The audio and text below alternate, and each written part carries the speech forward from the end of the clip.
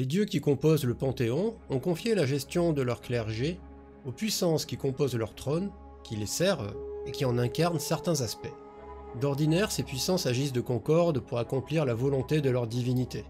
Mais l'histoire a prouvé que parfois certains désaccords s'installent entre elles dans la façon de gérer tel ou tel conflit. Leur influence respective sur le clergé global fluctue en fonction des époques et de la qualité de leurs serviteurs. Toutefois, il existe une catégorie de puissances dont on ne parle qu'à demi-mot et qui incarnent les aspects les moins reluisants d'une religion, les puissances obscures. Leurs fidèles n'auront jamais la possibilité d'ériger en exemple leur doctrine et seront toujours montrés du doigt. Pourtant, ces puissances-là n'en sont pas moins reconnues par la divinité comme utiles et méritant leur place au sein du trône.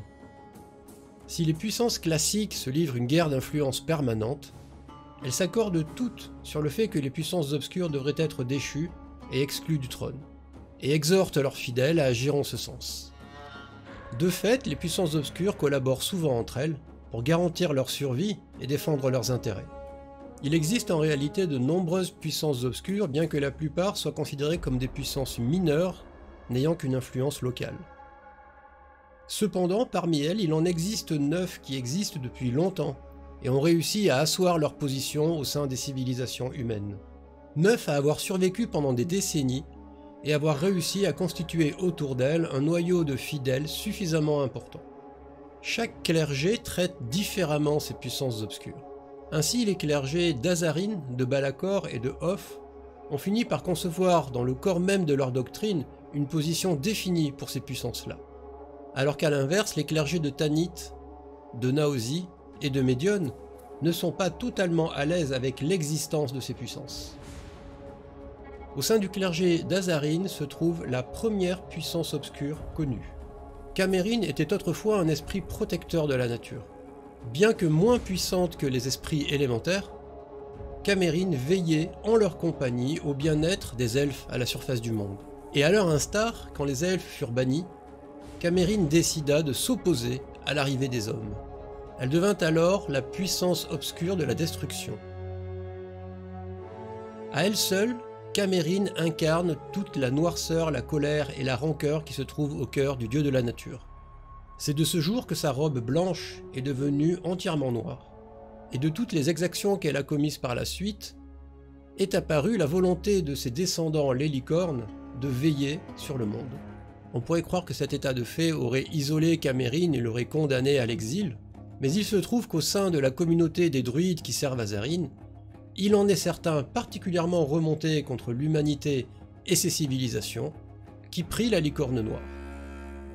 Camérine étant la plus ancienne, elle a dû passer des siècles à se débrouiller seule sans l'aide des autres puissances obscures et n'est pas habituée à collaborer avec eux. Du reste, la plupart des puissances obscures émanent de volontés humaines, et Camérine s'oppose farouchement à l'humanité. C'est au sein du clergé de Balakor que l'on trouve le plus grand nombre de puissances obscures reconnues et installées.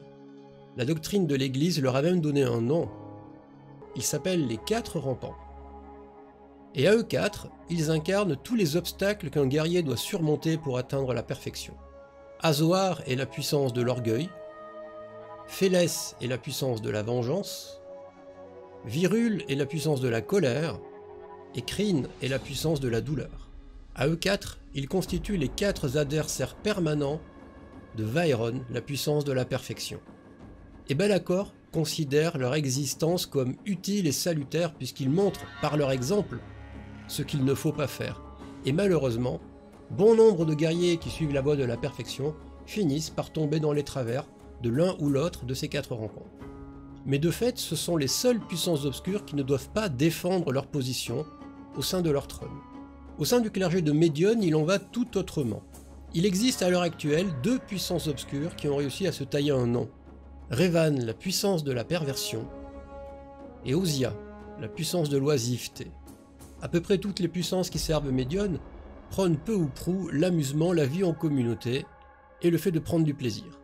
C'est donc assez naturellement que l'oisiveté et la perversion sont apparus au sein du trône.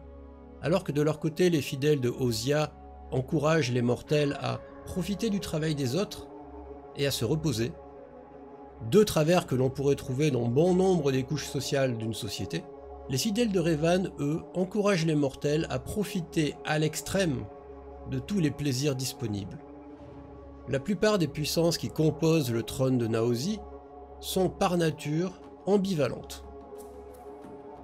Et à bien des écarts, on pourrait considérer que certaines sont des puissances obscures, alors que de fait, elles ne le sont pas. Il en existe toutefois une qui mérite ce titre, et qui peine à s'accorder avec les autres puissances obscures. Il s'agit d'Orphus, la puissance des cauchemars. Il aurait été aisé de considérer que les cauchemars sont une fonction du rêve utile et intéressante. Malheureusement, Orphus a la particularité de s'être installé auprès des cours diaboliques dans le rêve. En les soutenant, il espère œuvrer pour que la magie envahisse le monde. Le clergé de Hoth, lui aussi, a sa puissance obscure. Il se nomme Immortus et, comme son nom l'indique, répand au sein des mortels des solutions pour éviter de mourir. Il offre à ses fidèles l'immortalité. Si l'on imagine aisément que l'immortalité est un credo difficilement défendable au sein d'un clergé de la mort, force est de constater que Immortus a été reconnu comme une puissance par Hoth. Et si certains peuvent facilement objecter l'idée, nul ne peut lutter contre la volonté de Hoth qui a reconnu à Immortus le statut de puissance. Enfin, pour terminer, au sein du clergé de Tanith, il existe une puissance obscure apparue fort récemment. Arius, la puissance de l'indicible vérité. Sous ce sobriquet que la puissance s'est donnée elle-même, se cache en réalité la puissance de l'intolérance. Arius est la puissance qui ne supporte pas les compromis, les arrangements et les manquements aux règles. Il est facile d'imaginer les déboires que peuvent causer ces théories. Pourtant, elles trouvent un certain écho auprès des prêtres de Tanith qui vénèrent l'ordre.